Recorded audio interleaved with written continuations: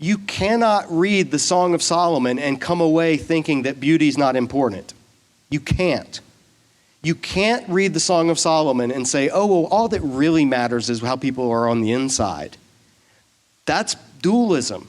That's the Platonic ideal. That's the idea that the physical world doesn't matter. The spiritual immaterial is all that matters. The song is filled. The bulk of the song are these huge chunks of sections where they actually praise one another's physical attributes in detail, starting with the head and working down.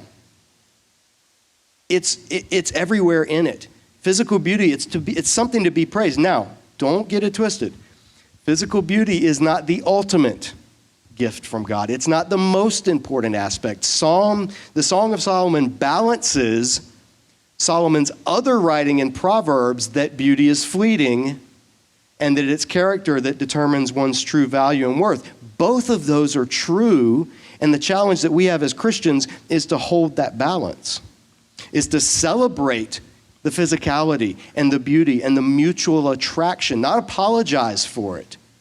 There's a subtle overreaction within churches to the excess and the vapidness of secular culture's hang-ups on beauty, right? Secular culture just shoves beauty down your face. Airbrushed models on magazine covers, unattainable body image issues, all of that stuff. It's very real. It's very toxic. It's completely and utterly devoid of godliness in those aspects.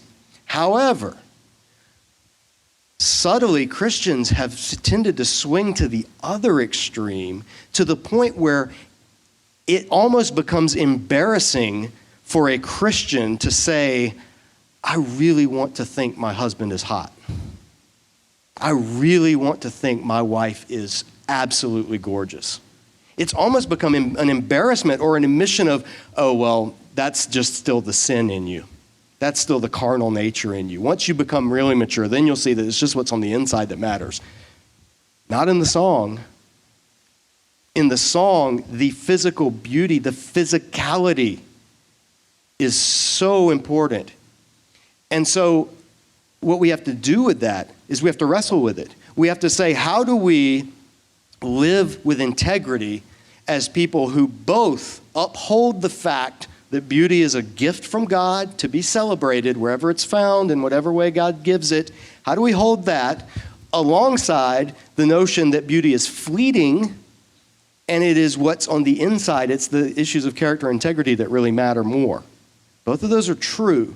How do we hold them in tension? That's your job as Christians, as followers of Jesus, as readers of Scripture, is to hold that tension and not err to one side or the other. Not fall into the, well, you can have every quality in the world, but if there's one little thing I don't like about you, no, I'm not. You're out of here. No, I'm going to wait for something better. That's an unhealthy worldly shallowness.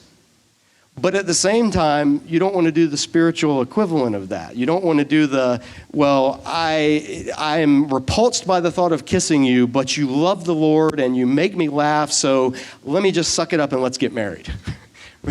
That's not healthy either. And I do know of people that have not been that blatant with it, but it's been that of well, we don't really, the physical doesn't matter to us. And I just think, well, you're missing out. I mean, I'm not married, and I can't speak from experience, but I can speak from, according to Scripture, there should be within the marriage a celebration of the other's body and face and legs and every other part you want to mention. There should be that on some level. Now, the freeing part, the beautiful aspect of this, is that there's no set standard for that. It's not determined by what the culture considers beautiful. It's going to be determined by the person and the connection that they have, so that there will be someone who can look at their spouse, and even if everybody else in the world is like, oh, why are you with that guy? Or, oh, that's who you're with. The two of them, because of their intimacy, because of their connection, because of all of the other stuff, then that's the thing that they actually praise in one another. You see this in the song. It's really cool. So again, Song of Songs serves as a balance to passages like Proverbs 31:30, 1 Peter 3:3, where it says your beauty should not come from outward adornment, such as elaborate hairstyles and the wearing of gold jewelry or fine clothes. That's true. That's absolutely true. But that's not what Peter or the proverb author is addressing. They're talking about that's not where your worth comes from.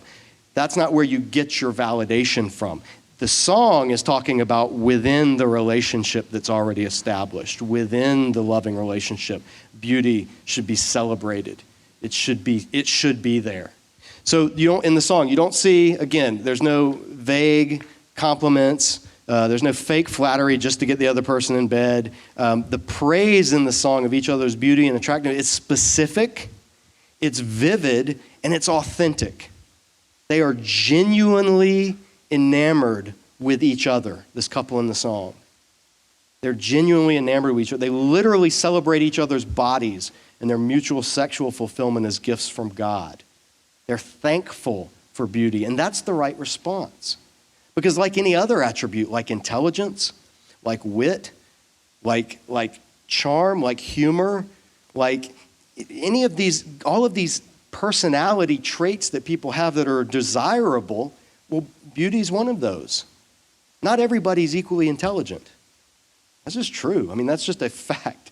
Not everybody's given the same amount of charm. Not everybody's given the same amount of even temperament. Not everybody's given the same amount of wit or of quickness. Not everybody's given the same amount of beauty. That's just a brute fact in Scripture that Scripture is okay with.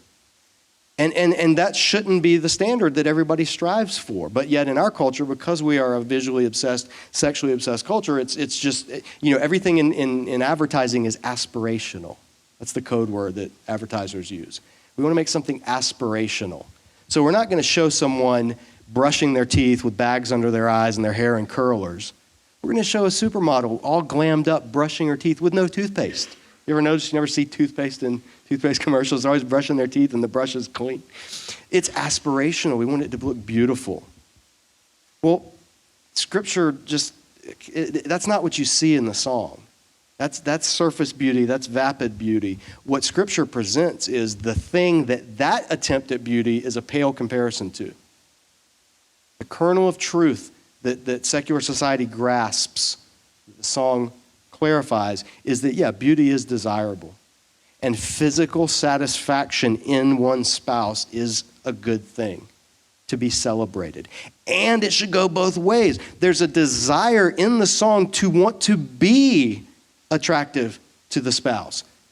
It's mutuality. Paul will talk about this in Corinthians 7. He'll say the husband's body does not belong to him but to his wife, which was mind-blowing in first century Greco-Roman culture when women were property.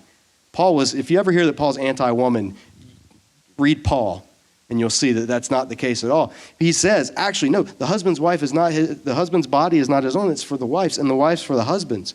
That within the marriage union, within sex, that he says you're not to deprive one another of the gift of sex. You're not to, in other words, there's a giving rather than a receiving dynamic of sex. And that's what in the song, there's almost no taking in the song. It's receiving. The sex act is an act of giving and joyfully receiving, and then delighting in giving to the other. Delighting in the joy and the physical pleasure of one's spouse. That's huge in a Christian theology of sex, especially in a culture that says sex is about what you can get. I mean, we even say in English phrasing, that's where, you're going to get some tonight. Like, that's even become a phrase in English about sex, what you can get. But in the song, it's the complete opposite of that.